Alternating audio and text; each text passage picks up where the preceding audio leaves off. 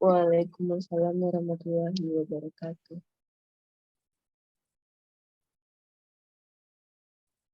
Oke, alhamdulillah di pagi hari ini kita bisa masuk ke pertemuan 5. Berarti tinggal 2 pertemuan lagi sebelum ke UTS ya. Pertemuan 6 dan pertemuan 7. Di pertemuan kelima ini kita akan saya salah ngupload materi kayaknya. Ini pemrograman komputer. Oh iya bener ya. Ini mata kuliah pemrograman komputer ya. Iya, Pak. Oh iya. Oke. Kemarin kita sudah belajar tentang konsep perulangan dan percabangan. Di hari ini kita akan bahas tentang konsep dictionary, list, dan tuple dalam Python. Apa itu? Nah, ini itu konsep dalam struktur data ya. Jadi kalau dulu kita mengenal, kalau kita menyimpan data, istilahnya data struktur ya, struktur data, kalau bahasa Indonesia. Kalau dulu kan kita menyimpan datanya dalam variabel ya. Satu variabel, satu data. Tipe datanya apa? Ada float, integer, string, dan boolean. Nah, kali ini kita akan bahas data non-primitif. Jadi yang kayak float, integer, string itu primitif. Non-primitif yang boolean ya. Yang ini nggak usah. Ini agak teknis nanti. Ada stack, queue, linked list, dan tree. Kita akan bahas list, tuple, dictionary, dan set. Ini apa? Ini untuk nyimpen data juga. Tapi datanya nggak cuma satu. Beberapa data. Kalau kita nyimpen dalam variabel, seperti variabel nama, gitu ya, panjang, gitu, perulangan, itu kan satu data, satu variabel. Kalau ini beberapa data dalam satu variabel. Namanya apa? Yang pertama adalah namanya list. Secara bahasa sih sudah nggak perlu dijelaskan ya. Secara bahasa kan list ya, daftar gitu ya. Berarti ada banyak data, ada beberapa daftar data. Dalam Python, istilah list digunakan untuk menyimpan sejumlah data, tipe data, yang dikenal dengan tipe data berurut. Jadi nanti tipe datanya bisa macam-macam. Bisa integer, bisa data pecahan, desimal gitu ya, bisa huruf, bisa angka. List adalah salah satu di antaranya. List adalah tipe data yang berisi satu atau beberapa nilai di dalamnya. Nilai-nilai ini sering juga disebut item, elemen, atau anggota list. List dibuat dengan menempatkan semua item di dalam tanda kurung siku. Nah, ini kata kuncinya nih. Kata kuncinya nih. Jadi ada kurung sikunya. Berbeda dengan variabel nggak ada. Nah, di dalam kurung siku ini kita bisa menyimpan banyak data dalam satu variabel. List berisi integer, contohnya kita buat variabel mylist gitu ya. Isinya bisa 1, 2, 3, 4, 5. Jadi satu variabel ada banyak data. List berisi tipe campuran. Bisa juga satu variabel itu bisa banyak tipe data. Ada angka bilangan bulat, 3,5 bilangan pecahan, bahkan bisa nyimpan hello atau string, kalimat gitu ya, dalam satu variabel list. Oke, cukup jelas ya. Yang pertama adalah tipe data list. Jadi kalau sebelumnya kita menyimpan nama itu dalam satu variabel, sebenarnya kita bisa menyimpan beberapa macam nama, beberapa data dalam satu variabel. Menggunakan apa? Menggunakan list. List juga bisa berisi list lain. Ini disebut list bersarang. Jadi di dalam list bisa juga ada list gitu ya. Di dalam daftar ada daftar lagi. Jadi di sini ini nama variabelnya mylist. Isinya apa? Isinya adalah list daftar. Tapi di dalamnya juga ada list lagi nih. Contohnya ini yang pertama, data yang pertama hello. Nah, data yang kedua ini list juga. Yang di dalamnya adalah bilangan bulat 2, 4, 6. Terus sebelahnya ada juga data abjad ya, angka, huruf A dan B. Terus ditutup. Jadi kata kuncinya itu kalau list menggunakan kurung siku namanya. Jadi kurung, tutup kurung dalam bahasa pemrograman itu ada banyak. Ada kurung kurawal. Kalian cek di keyboard kalian kan ada. Kurung kurawal. Itu yang seperti ini. Terus ada kurung siku. yang bentuknya siku-siku seperti ini. Terus ada buka kurung, tutup kurung biasa. Di Python, tiga-tiganya ini dipakai untuk tiap tipe data masing-masing. Yang pertama list. List menggunakan kurung siku. Jadi kalau ada perintah untuk buat list, pastikan itu adalah kurung siku.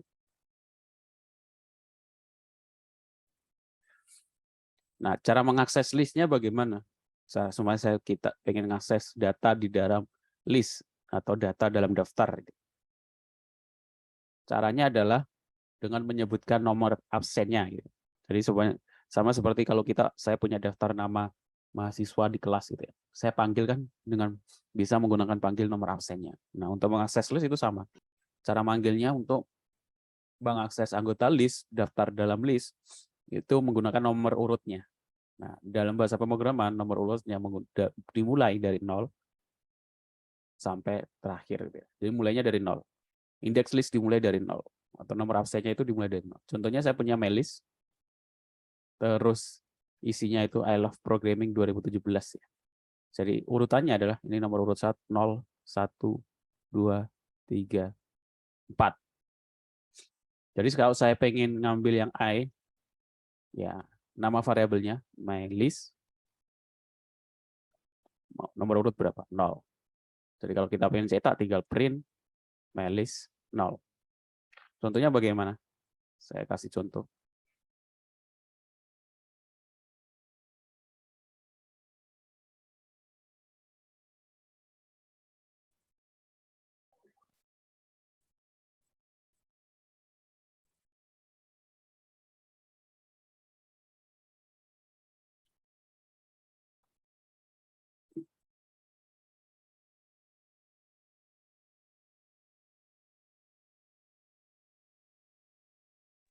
Contohnya seperti ini. Nah, ini list dalam list ini. Nanti aja.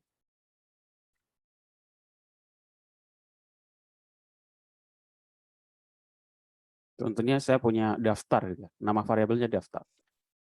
Isinya adalah kata-kata. Pertama, daftar nama gitu aja. Ini bukan daftar. Isinya bisa nama. Nah, kalau nama menggunakan kutip 2 ya, kutip 2 atau kutip 1 boleh. Kalau string menggunakan kutip. Soalnya Budi. Data yang pertama Budi. Terus ada data yang kedua Susi gitu ya. Terus data ketiganya itu angka. Kalau angka nggak perlu kutip. Nah, seperti ini. Jadi di dalam daftar ada 3 data. Budi, Susi, 1, 2, 3. Nah, kalau saya pengen mencetak yang Budi, ya kita tinggal panggil print. Kita tinggal cetak print. Nama variabelnya daftar.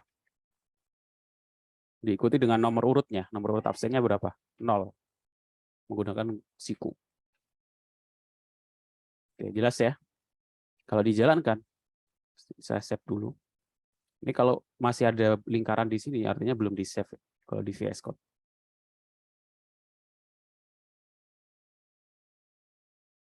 Nah, keluar ya. Budi. Jadi nama variabelnya, nama listnya diikuti dengan nomor urut absennya. Nomor urut 0, mulainya dari 0. Budi. Kalau saya pengen mencak 1, 2, 3, berarti nomor urut ke berapa? Kalau saya pengen cetak 1, 2, 3. 2, Pak. Ya, kedua ya. 1, 2, 3. Oke? Sangat mudah. Jadi kita bisa nyimpan variabel itu untuk banyak data. Saya lanjutkan. Oke. Nah, kalau ada list di dalam list, nah ini berarti yang kita harus input ada 2 data gitu ya. List yang pertama dan list yang kedua. Sebenarnya di sini ada list kan. Ini ada list, di dalamnya juga ada list. Nah, kalau saya pengen cetak yang satu, yang sini berarti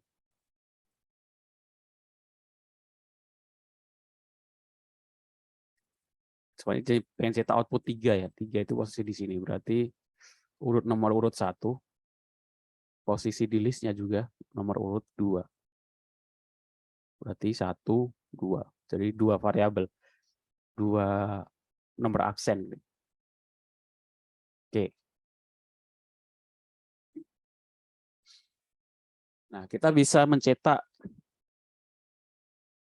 dari nomor urut sekian sampai ke sekian gitu ya, menggunakan titik 2. Jadi saya pengen mencetak dari 2 sampai 7 gitu ya. Ya berarti 2.27. Urutannya bagaimana? Jadi kalau depan itu mulai dari 0, 1, kita juga bisa manggil nomor absen dari belakang menggunakan min kalau dari belakang. Dimulai dari min 1, min 2. Jadi kalau saya tulisnya print list nomor urut min 2, itu dari belakang berarti. Tapi agak aneh kalau kita manggil dari belakang. Ya, dalam beberapa kondisi kita kemungkinan bisa juga, maksudnya dalam beberapa kondisi kita manggilnya dari belakang gitu ya. Tapi lebih enakan dari depan, hitungnya lebih mudah. Sebenarnya hal seperti ini kalau kalian sudah belajar di Excel gitu ya, operasi string gitu ya, merubah string gitu. Ya sama sih seperti itu. Di Excel juga bisa. Oke, contoh untuk switching ya, memecah gitu ya. Jadi saya pengen sebenarnya saya punya data ini list isinya Python Indo. Terus saya pengen mencetak dari H sampai N gitu ya. H sampai N. Yaitu kita hitung. Dia itu nomor indeks keberapa? 0, 1, 2, 3, 4, 5. Berarti yang ditulis adalah 3 sampai 6. Jadi 3 sampai 6 bukan berarti 6 ini dicetak. Jadi lebih kecil ya. Jadi lebih kecil dari angka berapa? Indeks keberapa? 6 ini maksudnya lebih kecil dari 6. Makanya yang dicetak nanti sampai 5.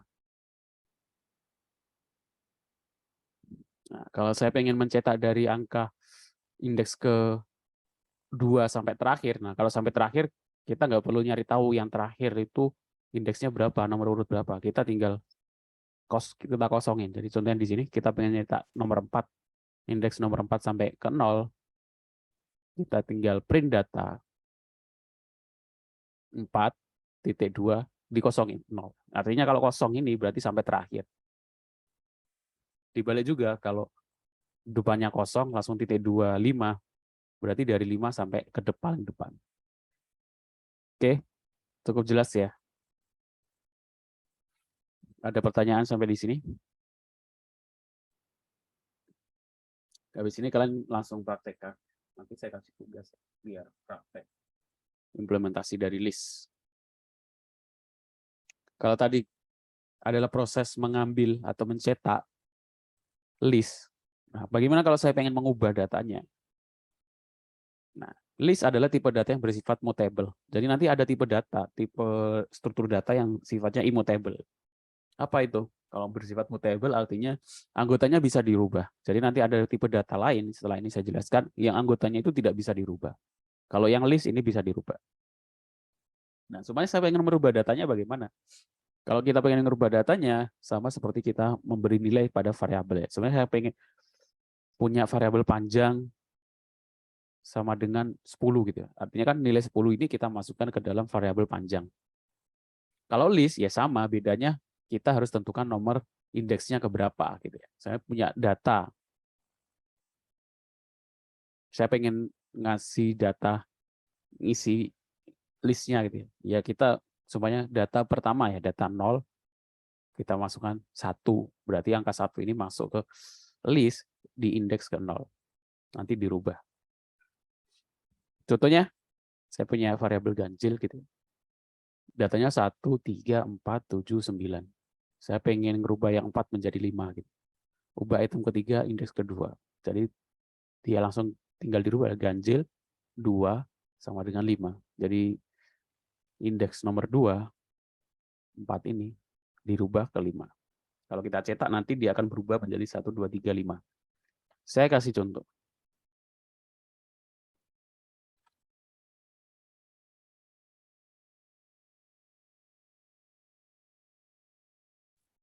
Nah, di sini saya punya daftar ganjil, variabel ganjil list ya. Ganjil kan 1, 2, 1. Kalau angka nggak perlu kutip. 3,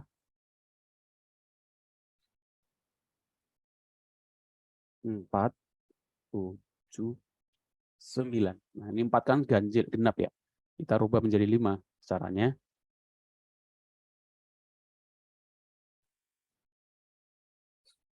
variabel ganjil, indeks kedua. Nah, nomor absen yang keberapa gitu ya? Indeks, nyebutnya indeks. Nomor absen itu ya istilah saya dulu. Istilah saya aja biar mudah. Kedua, kita isi angka 5. Jadi nanti ketika di print daftar, dia akan mencetak 1 sampai 9. Run code.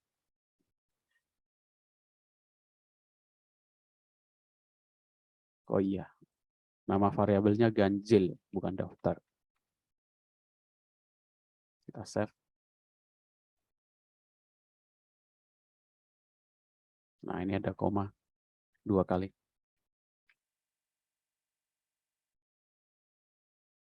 Nah, list yang pertama itu 1, 3, 4, 7, 9 ya. Padahal 4 ini kan genap, harusnya dia 5 ya. Terus saya rubah dengan ganjil, nomor indeks kedua, ini indeks ke-0, indeks ke-1, indeks kedua, kita rubah menjadi 5. Jadi kalau kita cetak print ganjil, jadi kalau kita pengen mencetak keseluruhan, nggak perlu pakai indeks ya, nama variabelnya aja, nama listnya saja. Dia akan mencetak, tapi tercetaknya seperti ini. Ada kurung sikunya, menandakan bahwa dia list 1, 3, 5, 7, 9. Seperti itu. Terus selain itu juga ada metode-metode lain, fungsi-fungsi yang bisa kita panggil, yang bisa kita gunakan untuk merubah list, gitu, melakukan operasi pada list. Fungsi append, nah, kalau terbiasa bahasa Inggris harusnya nggak perlu dijelaskan. Termasuk kalau terbiasa dengan formula Excel juga sama, append juga bahasa istilah yang digunakan, formula yang digunakan. Berguna untuk menambahkan anggota ke dalam list. Jadi seumpama di sini 1, 3, 5, 7, saya pengen tambahkan 9, tinggal nama variabelnya ganjil, append 9. Nanti akan ditambahkan di paling akhir. Terus ada juga extend, sama. Extend itu untuk menambahkan, append juga untuk menambahkan. Terus ada juga fungsi lain, kita juga bisa melakukan operasi perkalian, penjumlahan, dan pembagian, operasi aritmatika di dalam list. Jadi cuma saya punya variabel genap, listnya 246. Kalau saya tambahkan, nah nanti bisa nambah itu. Genap ditambah 8, 10, 11 juga bisa. Jadi bisa menggunakan append, bisa menggunakan extend, bisa menggunakan simbol plus. Bisa juga dikalikan. Nanti jumlah data listnya akan dikali. Sebenarnya saya punya data list PY, kalau saya tambahkan atau kali 2, nanti dia data listnya berubah menjadi PY, dikalikan 2.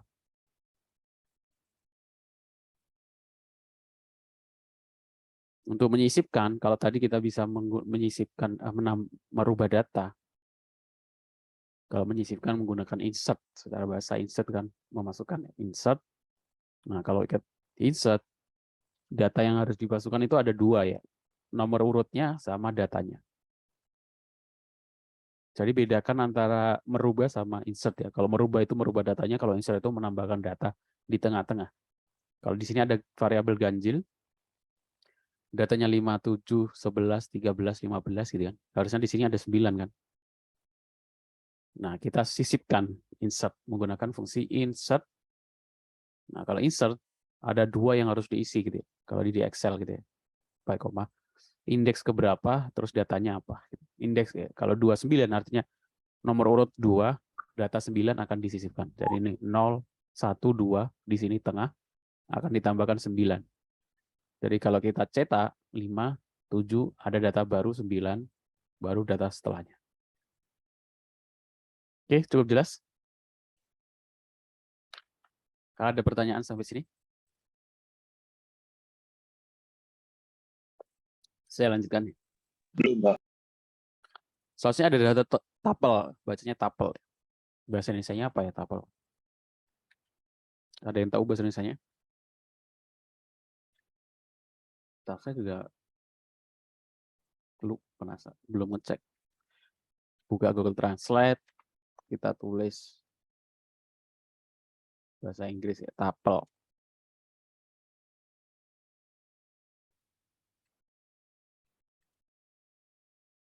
Yang bahasa Indonesia juga tuple. Dalam matematika, ini istilah matematika ya, tuple. Jadi tuple mirip dengan list, bedanya bersifat immutable atau datanya nggak bisa dirubah. Sehingga anggotanya tidak bisa dirubah. Kalau mirip, mengapa harus menggunakan tuple? Ya, karena dalam situasi kondisi kita pengen punya data yang datanya nggak bisa dirubah gitu ya. Kalau variabel kan ada istilahnya konstanta, seperti pi gitu ya. Yang datanya ya itu saja. Gitu. Kalau dalam daftar, list, istilahnya tuple. Nah, bedanya apa? Bagaimana kita tahu itu tuple atau list? Bedanya adalah kurungnya. Jadi kalau tuple kurungnya adalah menggunakan buka kurung tutup kurung biasa. Buka kurung tutup kurung biasa. Kalau list menggunakan kurung siku. Oke. Proses mengambilnya, insertnya, printnya sama semua. Bedanya nggak bisa dirubah gitu aja datanya. Nanti kalau kalian pengen merubah datanya, sebuah data tuple, ya pasti error. Menandakan dia tuple apa? Ya kurung siku, buka kurung tutup kurung biasa gitu. Contohnya di sini, tuple itu dimulai dengan buka kurung tutup kurung biasa. Kalau list kurung siku. Jadi kalau kalian lihat di keyboard, buka kurung tutup kurung itu kan shift 9 sama shift 0. Kalau kurung siku itu shift di sebelah P. Sama semua ini. Nah, terus ada juga data dictionary. Dictionary ada tipe data yang anggotanya terdiri dari kunci dan nilai. Jadi dictionary ini nggak ada indeksnya, nggak ada nomor absennya, tapi ada istilahnya apa ya? Panggilannya gitu, ada nama panggilannya. Kalau istilah teknisnya ya key dan value, kunci dan isinya, value. Dictionary bersifat tidak berurut, unordered dari tidak berurut, sehingga anggotanya tidak memiliki indeks. Contohnya bagaimana? Ini contoh dictionary ya. Ini udah mulai teknis data gitu. Jadi semuanya saya punya dictionary student. Nah, kita bisa isi datanya banyak macam. Semuanya name itu kuncinya, istilahnya. Key-nya itu name. Nah, ini namanya. Terus ada umur, ini isinya. Jadi dictionary itu isinya adalah key dan value. Jadi variabel dan datanya gitu ya. Nama variabelnya dan datanya. Key dan value. Jadi sebuah variabel yang isinya itu variabel-variabel juga dengan berisi banyak data. Dan datanya bisa dalam bentuk list dan juga bisa dalam bentuk dictionary juga, yang memusingkan kan. Jadi ada dictionary, dalamnya juga bisa dictionary, bisa list juga. Dan di sini student, terus dia ada key-nya apa? Key-nya language, bahasa. Terus isinya list, Java, Python, SQL. Terus favorit, isinya ternyata dictionary juga. Food atau makanannya Indomie, sportnya basket. Nah, ini yang bikin pusing kan. Jadi ada dictionary dalam dictionary juga dan bisa list. Oke. Cara aksesnya bagaimana kalau dictionary? Kalau cara dictionary, cara aksesnya menggunakan fungsi get. Student, get, terus nama key-nya, nama variabelnya, nama kata kuncinya. Gitu ya.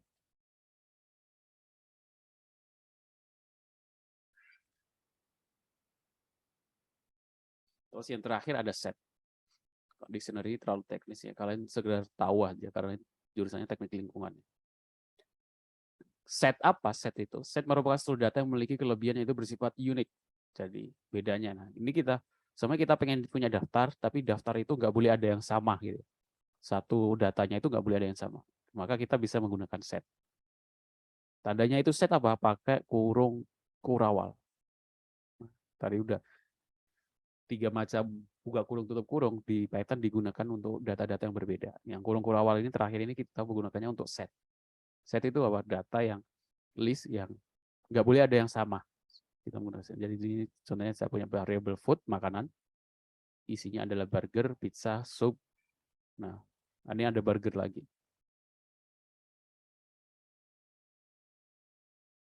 Ketika memasukkan data apa maka salah satu data itu akan diri. Nah, ketika ini kita cetak, burger yang terakhir ini akan dihapus karena sifatnya unik.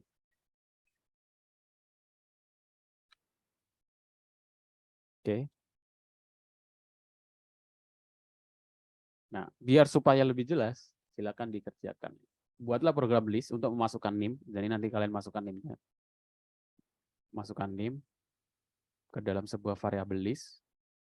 Habis itu perintahnya apa? Tampilkan indeks keempat, tampilkan indeks kedua sampai terakhir, tampilkan indeks terakhir, ubah indeks keempat menjadi 0. Supaya lebih apa? Supaya lebih paham. Oke, ada pertanyaan?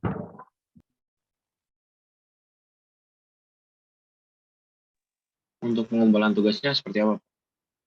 Saya minggu depan ya, ketika offline. Minggu depan offline. Baik, Pak. Terima kasih.